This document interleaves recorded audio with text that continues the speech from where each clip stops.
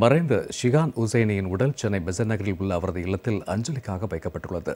திரைப்பிரபலங்கள் உள்ளிட்ட பலர் அவரது உடலுக்கு அஞ்சலி செலுத்தி வரும் நிலையில் இதுகுறித்து நமது செய்தியாளர் லாவண்யா தரக்கூடிய கூடுதல் தகவல்களை தற்போது கேட்கலாம். வணக்கம் லாவண்யா. பிரபல விளையாட்டு வீரரும் நடிகருமான ஷிகான் உசைனியோட உடல் அவருடைய இல்லத்தில் அஞ்சலிக்காக வைக்கப்பட்டிருக்கிறது. மாணவர்கள் மற்றும் உறவினர்கள் நேரில் அஞ்சலி செலுத்தி வருகிறார்கள். இது பற்றிய கூடுதல் விவரங்களை நீங்கள் தொடரலாம்.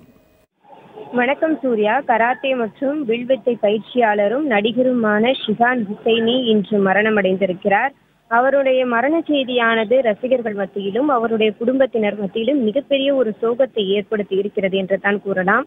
இவர் மிகவும் நகைச்சுவை உணர்வு மிக்கவர் என்று அவருடன் நெருங்கி பழகியவர்கள் கூறுகிறார்கள். இவருடைய அதிரடி சமையல் என்ற ஒரு நிகழ்ச்சியை 90s கிட்ஸ்களால் மறக்கவே முடியாது என பல்வேறு ரசிகர்கள் தங்களுடைய கருத்துக்களை எல்லாம் சொல்கிறார்கள். இவர் சமீப காலத்தில் இரத்த புற்றுநோயால் அவதிப்பட்டு கடந்த 22 நாட்களாக மருத்துவமனையில் சிகிச்சை பெற்று வந்தார். இவரினுடைய அந்த சிகிச்சையினுடைய நிலவரங்களை எல்லாம் பார்த்த ரசிகர்கள் மிகப்பெரிய ஒரு சோகத்தில் ஆழ்ந்திருந்தார்கள்.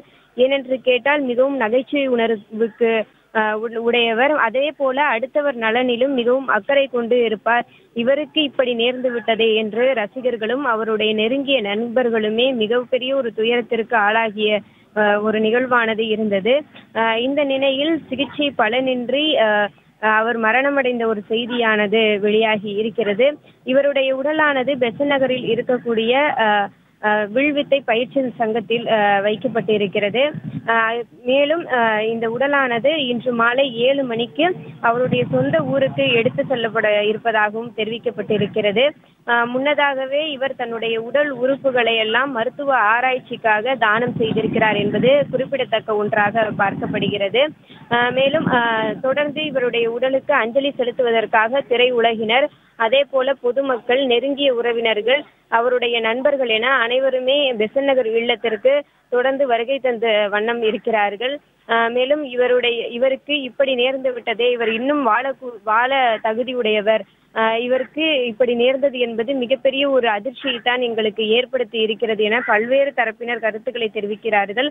அதிலும் குறிப்பாக தற்பொழுது எஸ்வி சேகர் இங்கு வந்தவர் தன்னுடைய 40 ஆண்டுகளுக்கு மேலாக இவர் தன்னுடைய நட்புறவில் இருந்தவர் என்றும் தன்னம்பிக்கை நிறைந்தவர் என்றும் தியானத்தில் ஈடுபாடு உடையவர் என்றும் இப்போதும் ஷிகான் உசைனி புன்னகையுடன் எல்லோரிடமும் பழகக்கூடியவர் என்றும் கூறினார். அதிலும் குறிப்பாக இவருக்கு இந்த உலகில் உள்ள எல்லா நாடுகளையும் சுற்றி பார்ப்பது தான் மிகப்பெரிய ஒரு ஆசையாக இருந்தது எனவும், மரண நேரத்திலும் அந்த மரணத்தை சந்தோஷமாக ஏற்றுக்கொண்டவர் இவர்தான் எனவும் அவர் கூறினார். மேலும் பல்வேறு தரப்பினர் இங்கு வருகை தந்த வண்ணம் இருக்கிறார்கள். தொடர்ந்து அஞ்சலி நிகழ்வானது நடைபெற்று கொண்டிருக்கிறது. சூர்யா. தண்ணீரில் உசைனியின் மாணவர்கள் மற்றும் உறவினர்கள் மற்றும் திரைப்பிரபலங்கள் குறித்த கூடுதல் விவரங்களுக்கு நன்றி லாவண்யா.